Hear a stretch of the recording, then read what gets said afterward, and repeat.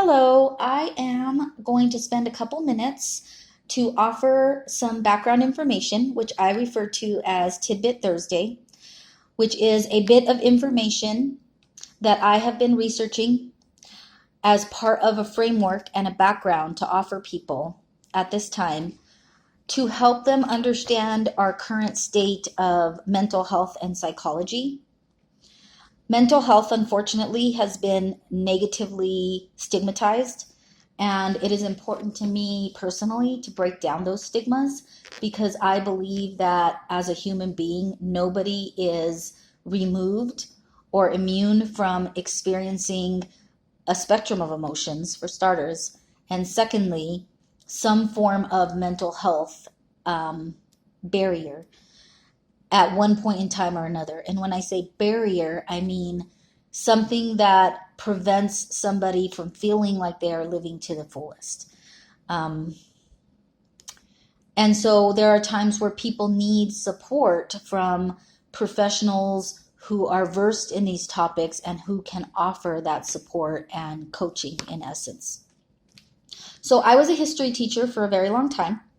I love history. I love anthropology and I love sociology. I also very much enjoy and love psychology, clearly, as a counselor. What I have done as part of my PhD initial research is to look at the historical events in our culture, how anthropology plays a role, how sociology plays a role, and how that funnels into our current state of psychology, which most would agree is strained right now in our culture. There could be a variety of reasons for that. One of the reasons could be that people feel more comfortable talking about their mental health, so it may appear that there is more of it. It could be that the stress has reached a pinnacle point, which it has. So there's a stress point before an opening, and I believe that we have reached that pinnacle point of stress before there is a release to something better. So today I am going to go over something called conflict theory. It is something that Karl Marx discussed, Marxism. I have added the marriage of sociology, anthropology, history, and psychology. So this can also be found on my website, www.humanconnectionmentalwellness.com, if you are interested in reading that or sharing that. The sociological perspective of conflict and how our upbringing and relationships are defined by society and how we operate based on those belief systems, because that is our construct. And if our construct is a matrix and we are taught to believe that we have to survive in that matrix, then we adopt certain beliefs based on that construct.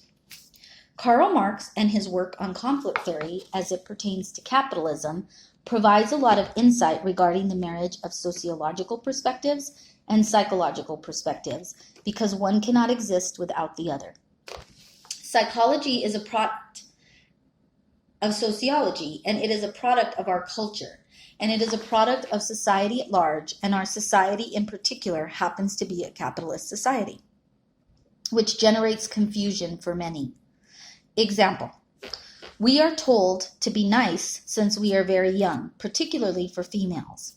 And then we are also told and conditioned to succeed at any cost, particularly for males.